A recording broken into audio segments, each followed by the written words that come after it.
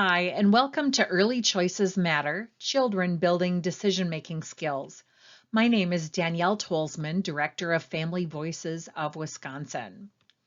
Our sincere thanks to the Board for People with Developmental Disabilities for funding the work that went into the creation of this learning session.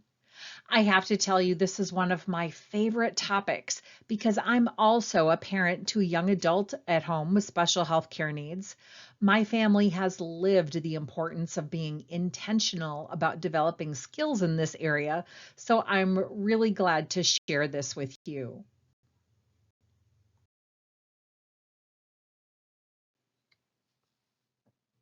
Before we get started, a little bit about us. Family Voices of Wisconsin is an affiliate of National Family Voices and serves as Wisconsin's HRSA-funded Family to Family Health Information Center. We are also part of the statewide network serving children and youth with special health care needs, supported by Wisconsin's Title V program. The work that we do is focused predominantly in three areas. One is developing easy to understand information for families through newsletters, plain language fact sheets, and trainings and learning sessions, just like this one.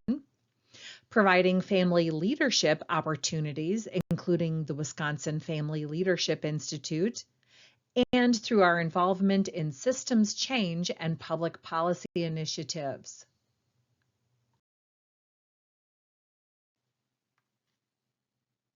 I mentioned earlier that we are connected to Wisconsin's Title V network, and these are the organizations and agencies that are all connected as part of that network. One of our greatest strengths of this is that we work together to answer questions or solve problems.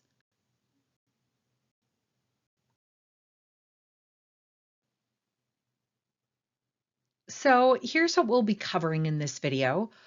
We'll be starting with the foundational question of why. Why should we care about choice making, and why are we talking about this?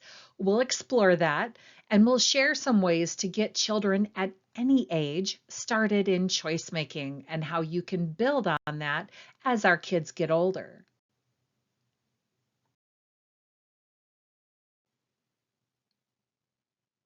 Families are busy, at least ours is.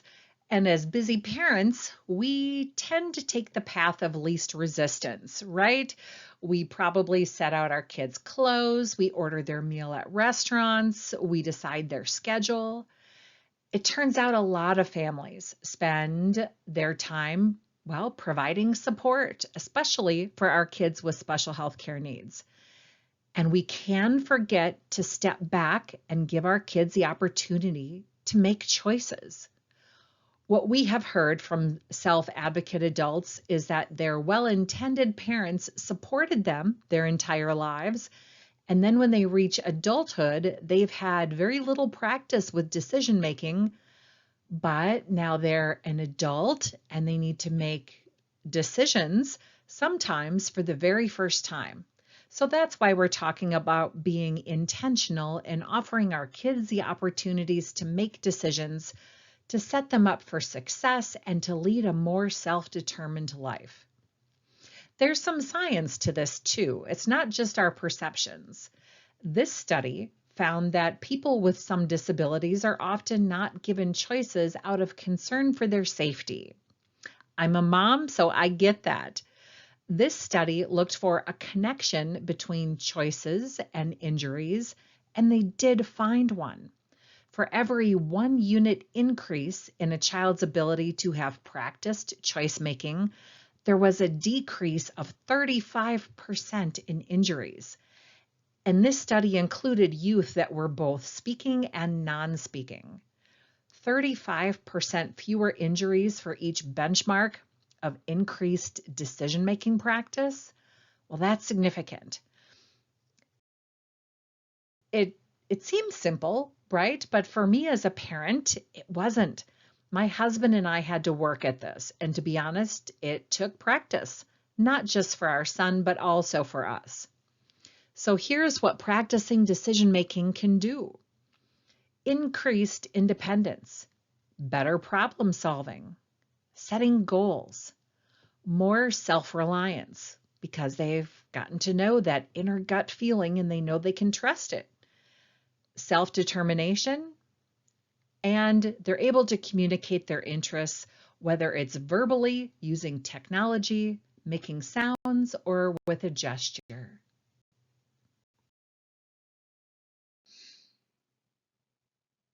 I mentioned earlier about the connection between choice making and self determination. People don't just wake up suddenly able to make choices for themselves, but our kids become adults, that's the expectation. So we shouldn't assume that our children can do this without opportunities to practice. And for our kids with special health care needs, practicing choice making is especially important because it can lead to a more self determined life as an adult. And this means an adult with connections to the community, a sense of empowerment and safety because they know that their opinion matters.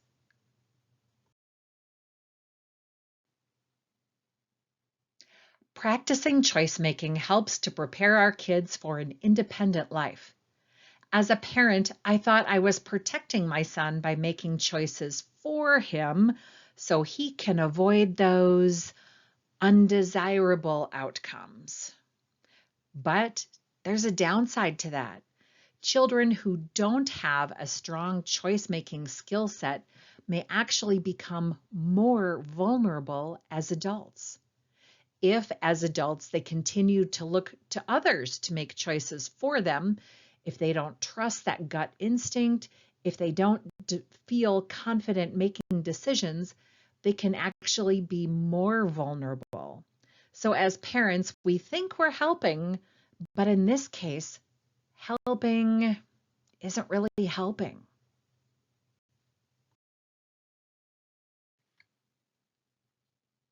There's no specific age for getting started to learn to make choices.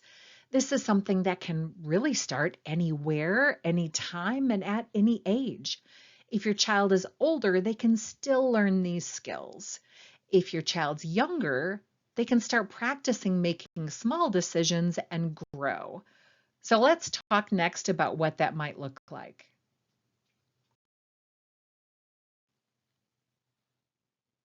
We probably don't realize how many choices we make every day. These common and frequent decisions are really great practice for building this learned skill set. For example, each time you pick the cinnamon and raisin bagel instead of the plain one, you're strengthening these skills. Having practice with the small stuff is critical to being confident when our kids have to decide the larger stuff later, like what college to go to, or where to work, or where to live, or frankly, who to trust. With practice, everyone can learn this choice-making skill set. Plus, when young children have options to choose things for themselves, there's an opportunity for us parents to learn more about their personality and their interests. Teachers, coaches, providers, and case managers are just some of the people who might ask your child to make choices. And if they don't already offer opportunities for our kids to decide things, talk with them about doing so. The key message here really is to involve those around our kids to let them know that you're looking for decision making opportunities so they can support that practice too.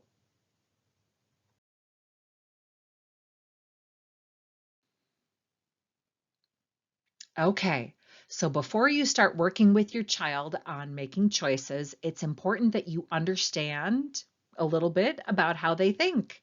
You already know your child better than anyone. Take a moment and think back on situations where your child was offered a choice. Did it look like there was forethought and thinking? Were they happy with their selection? And if so, how did they show you that? Were they unhappy? This insight can help you plan for the best times and places to start working on choice making. For example, if mornings are stressful, that might not be the best time to start offering choices. Start at a time when it's good for you and it's good for them. Set things up for success.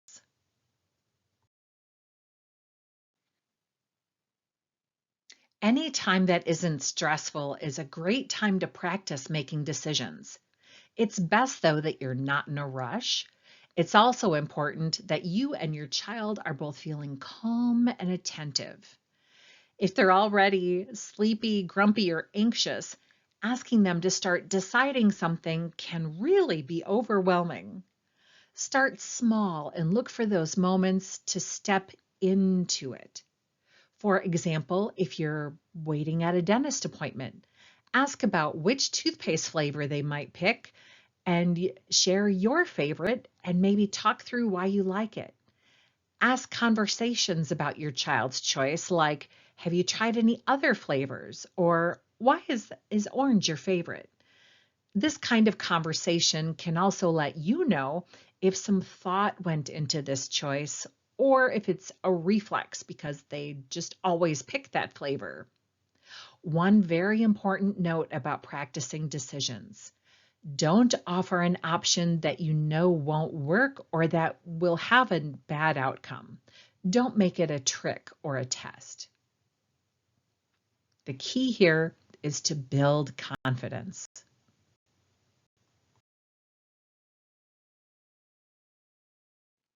After a little practice with making choices, let your child decide something that will have a longer term effect. This can be something like picking a backpack for the new school year. You might not agree with the choice, but it allows your child to express themselves and to be empowered by it. Maybe help them work down to two options and then have them make the final choice.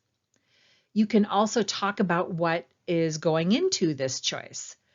This one has a water bottle pocket and that one doesn't. Does that matter to you? Maybe it does, but maybe it doesn't. Or if your child is a little older, you could fold in the consequences of some decisions. Something like giving the option that they can pick the more expensive backpack, but it's more than the budget you had in mind, which could mean that there's no stopping to eat out on the way home. Again, they might be okay with it, but they might not. And either way, it's absolutely okay. Having the practice of making a decision about something and seeing the impact of that decision on other parts of life can be really insightful.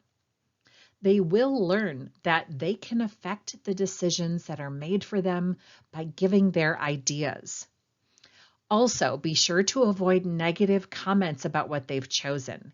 The idea here is to practice and build confidence. Keep in mind, too, that if it's not something you want them to potentially choose, don't offer it as an option. Offer the options that you're comfortable with and let them make the final decision.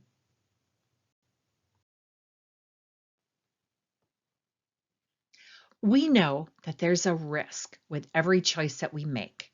If you choose the backpack without the water bottle pocket and later you decide to start carrying a water bottle, well, that might be a bummer.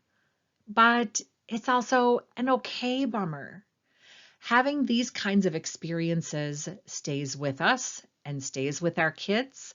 And next year, when they're again asked to pick a backpack, hopefully they'll think about not having that water bottle pocket was kind of a pain.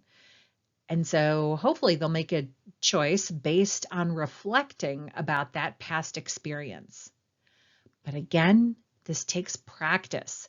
And for our kids that are surrounded by supports, as parents, we need to be intentional about backing up a little and offering that opportunity to try something new, to decide, to possibly have an imperfect outcome so they can learn from it and grow, to be a more informed decision maker about backpacks so they can be a confident decider later about more important stuff. As our kids develop these decision-making skills, include a small amount of risk. If they want to try the sour candy instead of the sweet, and you're thinking, I don't know that you're going to like that, still let them try because, well, you could be wrong about that. And it builds confidence in making decisions if they know that making the wrong choice isn't necessarily catastrophic. It's maybe slightly less awesome, but it's still okay. I mean, candy's candy, right? I mentioned earlier to avoid offering options that you know are bad ones or an option that you can't follow through on. So don't offer a choice between going to Culver's or Disney unless you're ready to back it up.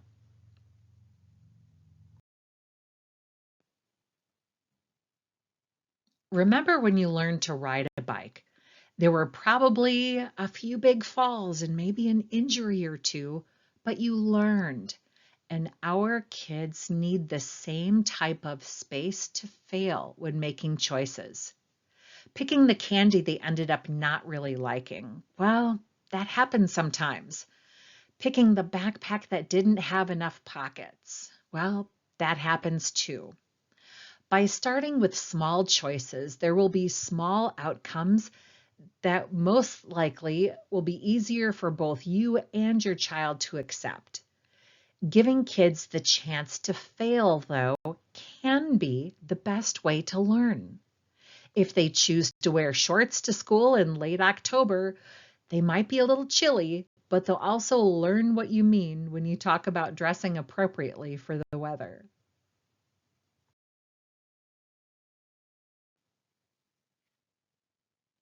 As our kids grow, they'll start to make the same daily choices as you do.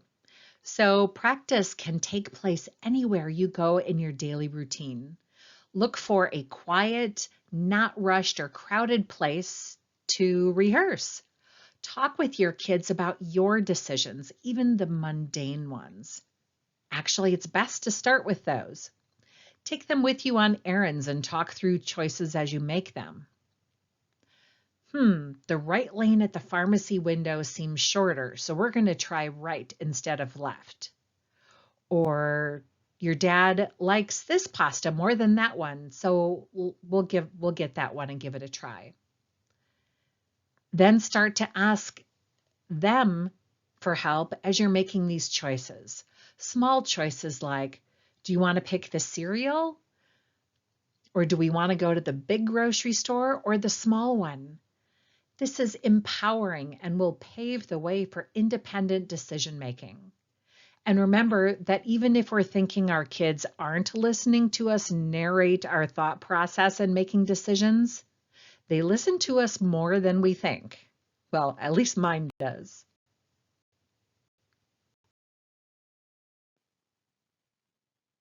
Every choice has a consequence. You get what you ask for. I mentioned a little earlier about consequences.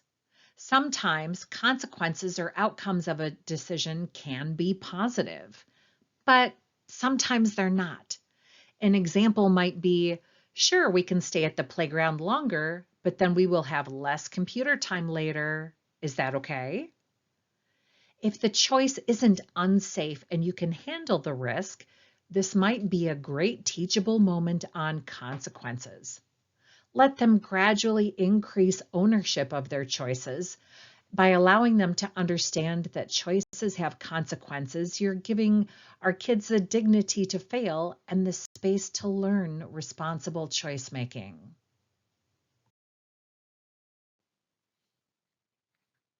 It's easy to fall into a habit, and there's nothing wrong with this. But to help our kids learn more about making choices, look for those opportunities to do something different. Even I can fall into a pattern of ordering the same thing at restaurants, right? Having our go to, especially when our kids are with us. Consider saying out loud, usually I get the burger, but I'm feeling like trying something new today. So instead, I'm going to get the chicken. Encourage them to do the same, to try something new, especially if you find them always making the same decision over and over and over. That could be out of reflex. It's fine to have a favorite, but maybe there's something new on the menu that could be their new favorite. Well, they won't know if they don't try. And explaining how you think about trying new things can open the door to being curious for our kids so that they feel confident and safe to try new things too.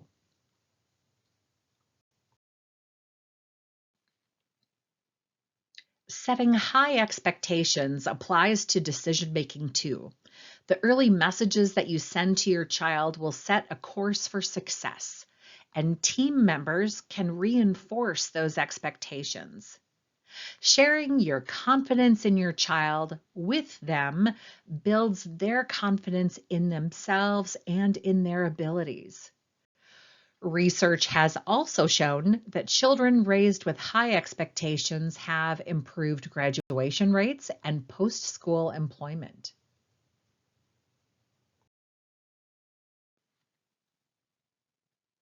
Here's one example of a handout that's printable off our website that can help you find the right times for practicing decision making.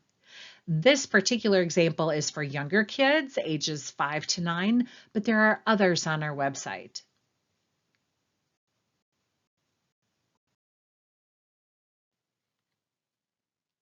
Learning is a lifelong journey. As your child grows, so should their approach to making choices. New team members will be added and some others may fall away. And you'll want to encourage all of them to keep building that choice making practice as our kids grow towards leading an independent and self determined life.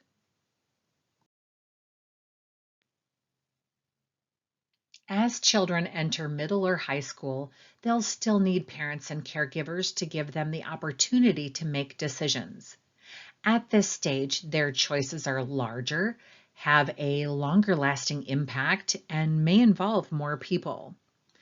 This means they'll need to really understand, including how to work as part of a team that makes decisions that will benefit them the most. To give an example for our family, starting about age 12 or 13, we included our son's input intentionally as a member of his care team at the doctor's office. We asked for his input, and over time, he became well practiced at asking questions to make informed decisions and thinking things through.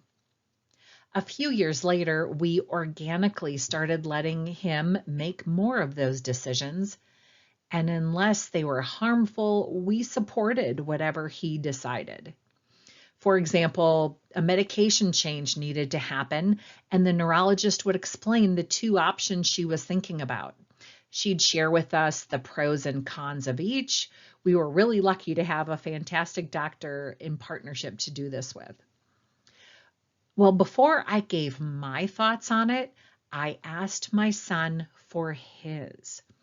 9 times out of 10, that's the direction we went. But again, the skill didn't develop out of nowhere. It took years of practice, and his dad and I had to be intentional about letting him speak first and encouraging him to ask questions and think these decisions through. And sometimes that did involve me shushing dad or dad shushing me. So continue to talk through how you make decisions. We all have this internal dialogue that happens when we decide things. Well, give voice to that. Seeing how we make decisions can demonstrate a logic of a decision-making process that they can experiment with. Consider taking our kids with us when we go to vote. On the way, talk about whatever you're comfortable with.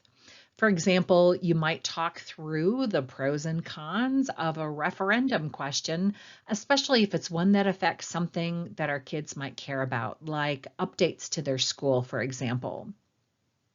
And be sure to ask the rest of your child's team to support this decision-making practice.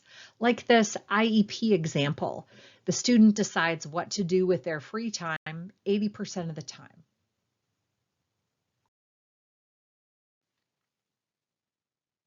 As young adults, Choices are larger and have a longer lasting impact and involve more people. Our adult kids might need our support, and that's okay. In our case, as an adult, our son naturally seeks our input on decisions, and we work hard to not offer a clear preference, but to give him things to think about, leaving the decision up to him. And that's what works well for us. Something different might work best for you. Sometimes our guide decides things that we wouldn't. But to be honest, it's always okay. And even when an outcome isn't perfect, I think that's when he learns the most. So don't be afraid of some degree of failure when our kids are young. They do carry those experiences with them as they grow and make decisions about the bigger things in their life.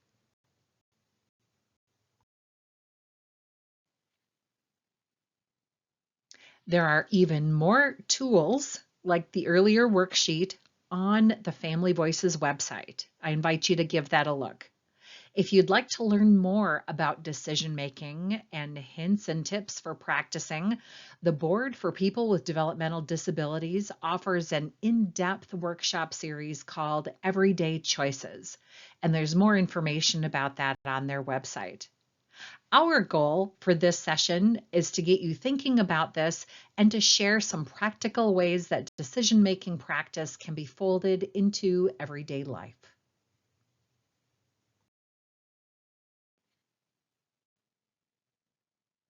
So thanks for being here.